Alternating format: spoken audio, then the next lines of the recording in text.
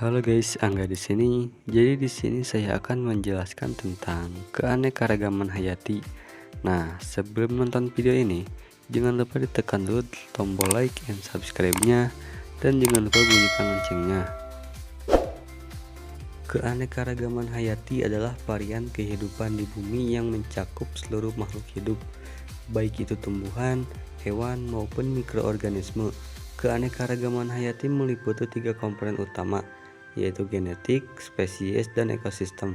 Setiap jenis makhluk hidup, baik yang besar maupun kecil, memainkan peran penting dalam menjaga keseimbangan alam. Di sini juga ada jenis-jenis keanekaragaman. Yang pertama, keanekaragaman genetik. Keanekaragaman genetik merujuk pada variasi genetik yang ada dalam suatu spesies.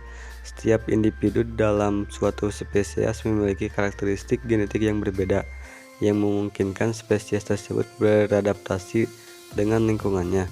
Contohnya adalah variasi warna pada bunga, bentuk daun, atau ketahanan terhadap penyakit pada tumbuhan dan hewan. Yang kedua ada keanekaragaman spesies.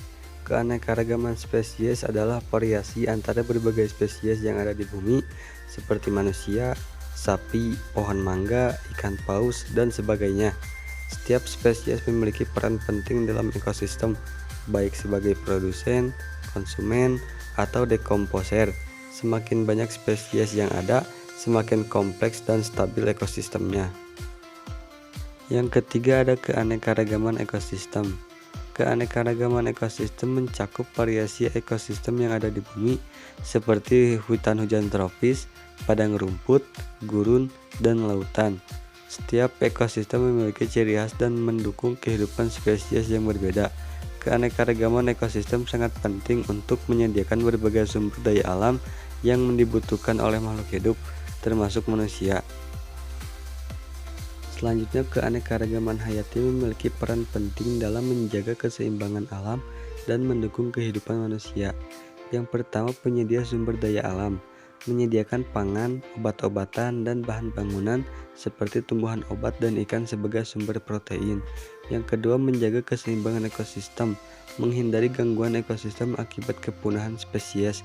Yang ketiga, pengaturan iklim, tumbuhan penghasil oksigen dan menyerap karbon dioksida, membantu mengatasi perubahan iklim. Keempat, kebudayaan, mendukung tradisi, spiritualitas, dan ekonomi, misalnya penggunaan tanaman dalam upacara adat atau makanan khas. Selanjutnya, keanekaragaman hayati menghadapi berbagai ancaman akibat aktivitas manusia. Yang pertama, perusakan habitat. Penggundulan hutan dan alih fungsi lahan mengancam habitat alami spesies.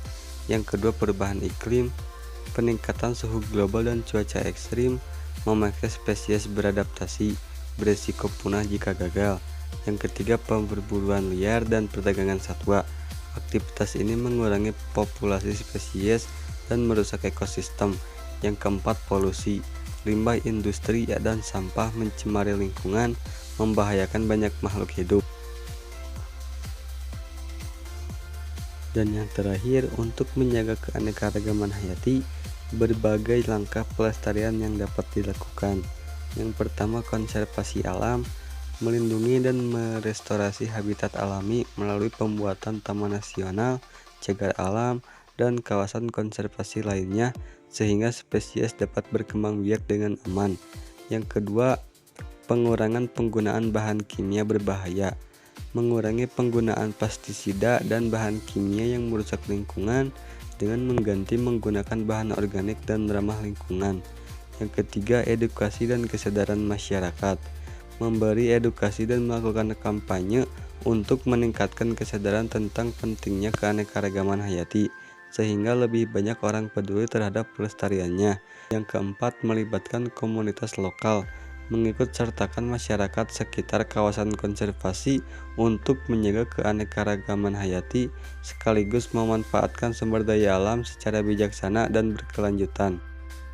Sekian dari saya, terima kasih sudah menonton video saya, semoga bermanfaat.